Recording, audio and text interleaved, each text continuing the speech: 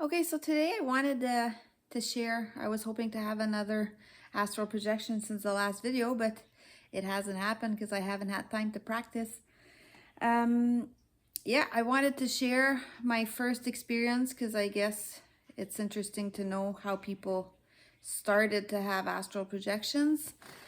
Um, I wasn't young like a lot of people, like it happened, when I was 10 years old and I could do it when I was young and then I lost it. I actually didn't know about astral projection as a kid, and I found out about it when I was in college. I found a book at the library. I'm like, oh, what's this? I read it. I found it very interesting. And then I tried for a couple of nights. It didn't work. I'm like, oh, this is probably not real. What am I kidding? I'm kidding myself. And so it never happened then, but it kept, I had this information in my mind. And then there was a period in my life where I really thought if I could astral project, this would really be useful right now. I had given a pet away for adoption, and I thought I was going to miss him so much, and that maybe I could go visit him with astral projection. And so I tried really hard. And you're going to see a lot of my stories involve pets that I miss or things like that. So yeah, I tried for a full year to astral project to try to go see my cat I'd given away. And every night, or maybe 90% of the nights, I'd lay down, I'd meditate, I'd try some kind of technique. Sometimes I'd do it for like an hour. Nothing would ever happen for over a year. So at the end of the year, told myself this is probably not real. And I stopped practicing. And then I forgot about it for years and years. And yeah, it was when I was, this was back in 2015, so I was in my 30s. Already had never astral projected before. And I had had a depression the previous winter, and the psychologist I saw had told me about mindfulness and meditation. And at the time, I had never been, introduced to meditation. So when I found out about mindfulness, that was very interesting to me. It's very scientific. It's not super spiritual, and it helped a lot with some of my issues. Like I had a hard time sleeping, I had pain, blah blah blah. So a lot of things it helped with, and so I practiced meditating every day to help with mental health, physical health, just general well-being. And I had been meditating for about 18 months daily. And my pet rat at the time, I had a pet rat, his name was Elliot, was dying. He had lung cancer and he had a few days left to live. And he was a pet, like almost like a cat or a dog. He wasn't in his cage all the time. Like if I meditated or I napped, he would be right beside me. So I was meditating in the afternoon, and he was, actively dying. He was having a hard time breathing. I was going to bring him to the vet in the next few days for euthanasia. And no, that's not the first day. So the first day I was meditating that week, and for some reason during a meditation, I found myself in a flash completely somewhere else. Like I was laying down, I was meditating because I laid down meditating because I was in pain. So I had to lay down to meditate. Sitting down for half an hour, 45 minutes was not doable for me. So I was laying down, everything's black, I'm concentrating on my breath or whatever, the emptiness inside I don't remember what technique I was using at that time. But then like this, and my eyes are open, I'm standing up, and I'm completely in this other place for just 3 seconds. And this place was like in nature, like near a lake. There were pine trees in the background. Everything was not the color we see here. It was kind of like a silver hue. Like everything was shades of silver, shiny, dark silver, light silver. It was very weird, but I was standing there, eyes wide open in this place. I'm like, what's happening? And then back in my body, or back at like back in my closed eyes, laying down. So it lasted 2 seconds, 3 seconds, but I was really somewhere else. And that kind of spooked me. I'm like, what just happened? I didn't quite know what to do with that.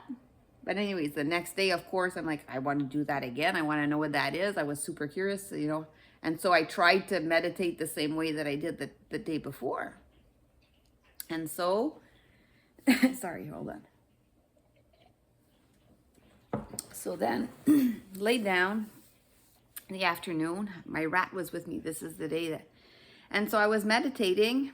I wrote this down in my little book of like experiences, my journal of my astral projection experiences. And so I reread it before I started this, but I didn't remember that I was meditating on my third eye that day. So I tried to just focus on my breath for a while and then focus on the empty space in my head and then my third eye and stuff. So that's kind of like the way I was trying to meditate, to try to reproduce what I did the day before. And all of a sudden, I'm not anywhere else, but my eyes are closed and I can see my pet rat right here in front of me, like right here. He's right here and he's staring at me. And this kind of vision was longer than the previous day, maybe 5 seconds, and he was staring at me. But I didn't, you know, get out of my meditation or do something else. I just continued to stay there hoping something else is going to happen. And that's when something weird happened. So then something fun, something super fun happened. So I was laying there. In total, maybe 15 to 30 minutes, there was the vision maybe at 10 minutes or 5 minutes or whatever. And then for another 10 to 20 minutes, I was laying there meditating. And then is when I had the click out, my first click out, which it happens almost every time. I've mentioned this probably in my last astral projection. There's a moment where you're meditating and it's like you fall asleep or something for a fraction of a second, but I call it the click out because when you come back to consciousness, something has changed. You feel it. There's something different. For me, this is how it happens. So something had kind of changed and there was a noise, a weird noise, like maybe like, I'm going to explain it like this because that's probably the best way you guys can understand the sound I could hear in my ears, like right here. It's like when you put these strips of paper on a fan, you know, and it was right here. It wasn't very loud, but it was very close to my ears. I could hear that sound. I was wondering what that was, but I'm meditating. I don't want to get out of, and you don't want to start thinking too much. So you just accept it's there. And then that sound kind of went out of focus. It was still there, but what became very obvious is there was someone in my room. There was a woman very close to me, maybe 10 feet away from me, that was laughing. And the laughing became super strong. And she was laughing kind of like in the cartoons, the witches, when they laugh, ha, ha, ha, ha, ha. But mean, kind of mean. And she was sitting somewhere or standing somewhere in my room because this was really close and really loud. And it kind of freaked me out. I'm like, what's going on? You know, and I thought I just have to do as if she's not there. I don't know why. Maybe in real life, when I'm scared, I paralyze. And so I'm like, I'm not going to do anything. This is way too freaky. And somehow I hoped that that sound and that person or whatever was going on was going to stop. And it did. It faded away. And so when it started to fade away, I could really hear the sound behind my ears, the paper fan kind of sound. And that's when I realized, oh, I know what's happening. Before all of this, I didn't get it that, oh, these are kind of symptoms of astral projection when you're detaching from your body. I'd read about this, I'd heard about this, and I was like, oh my God, this is probably what's happening. And then when I realized that, so for all of these times I tried before, I came close a couple of times, and when you come close, sometimes like, oh my God, it's gonna happen, and you're scared, right? You're not sure, and I think that kind of breaks the momentum, and you don't astral project. So I felt that, like I'm like, oh my God, it's gonna happen, and I felt some kind of like excitement or fear or whatever it is, because you don't know, what's happening. And I realized I had to calm myself down, and if I really wanted it to happen. And so I reminded myself there that there was nothing to be scared of, you know, nothing wrong can happen. I'd read so much about astral projection, and like, you can't die out there, so why should you be scared? And I'm not usually someone who's scared of anything, so I'm like, why am I scared of this? And then, yeah, so I told myself, let's do this, we can do this. I told myself this in my head. And as I said this, I started to levitate so I was laying down like this, and I started to levitate horizontally, like I detached. And the feeling of levitating, it's, you know, that's what's happening. And my eyes were closed. I'm like, oh my God, it's happening. And I felt myself rise. I'm like, oh, I must be like in the ceiling or something. I rose for a long time. And then I started to levitate back down to my body. I guess I hadn't done anything, opened my eyes, just felt the feeling of levitating. So I went down back into my body. And then I'm like, oh, I don't want this to stop. So I rose back up. I don't know if it's just because I said it or I wanted it, but I rose back up. And then I was starting to go back down. I'm like, oh man, I have to open my eyes to prove to myself this is really happening. And I was kind of nervous about it, but I opened my eyes and it was true. I was in my ceiling, maybe 2 feet from I was really in my ceiling. I could see at the bottom of my feet, I could see the wall from my room, and I was up there. And so I was really excited. I closed my eyes again, went back down, and then I was starting to levitate back up again. I'm like, oh, I have to do something. What should I do? You know, I can't just, this is kind of boring. I can't use this opportunity just for levitating up and down in my bedroom. And so I was thinking maybe I could go in space. I'm like, oh no, this is gonna be too scary. I'm not ready for that. And so at that moment, I found myself beside my bed. I don't know if there was I don't know how fast that happened, but I was levitating, and all of a sudden I was standing or floating beside my bed. I did not care to look back at my body, so don't ask if I saw my body. I didn't look. I went towards my kitchen, which was outside the door of my bedroom, well, kind of close to my bedroom. Went to the kitchen, and then I'm like, oh, I have to try to fly. Of course, everyone, I guess I'm not the only one, everyone just wants to try to fly. But it's weird because it was so real. It felt like right now, like I can touch myself, you know, all this stuff is here. It felt the same. It looked the same. The kitchen was the same. I'm like, I have to try to fly. If I'm in astral right now, I have to, OBE, whatever, I have to try to fly. But I didn't know how to. I didn't have a technique. And so this is the funny part of that astral projection, is that I didn't think to like Superman it or something. I just, how do I fly? So I was scared that if I try, I'm going to crash or something. So I just figured I'm going to kind of jump and try to immobilize myself in midair.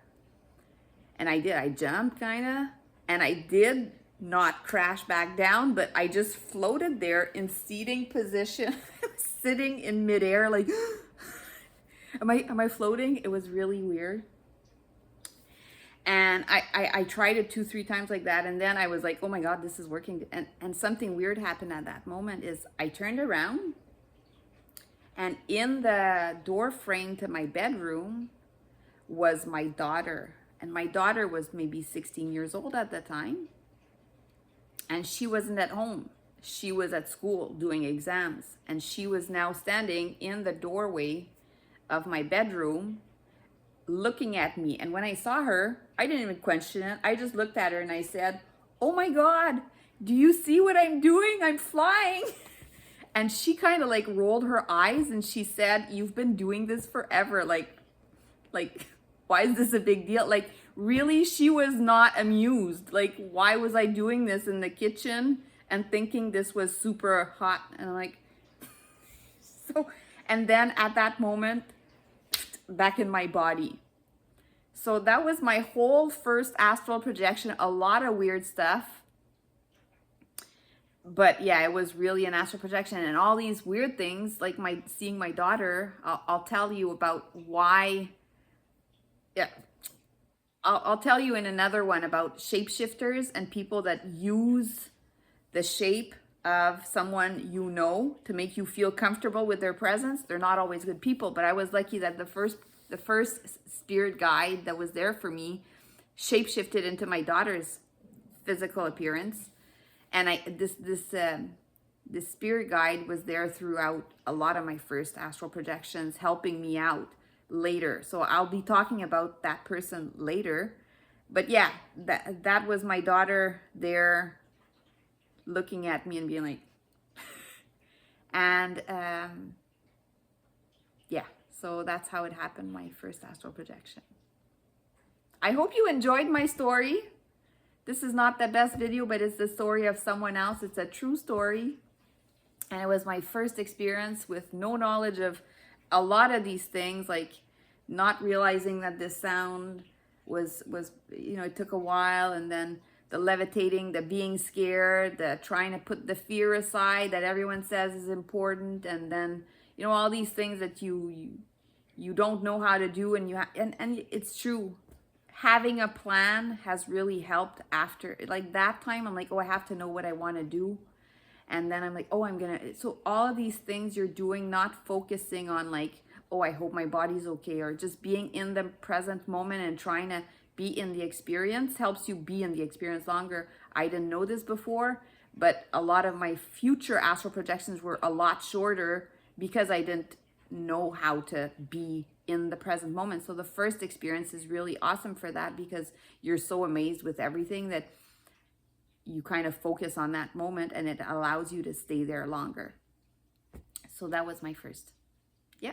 Okay, so next time I'll share another story, or I'll share an actual astral projection I have, because I'm gonna try to practice more and try to have more and talk about it more. I probably won't just be talking about astral projections. There are a lot of different experiences I've had in the past, but for now, I wanted to share that story so you know my background in astral projection, the beginning part. Ciao!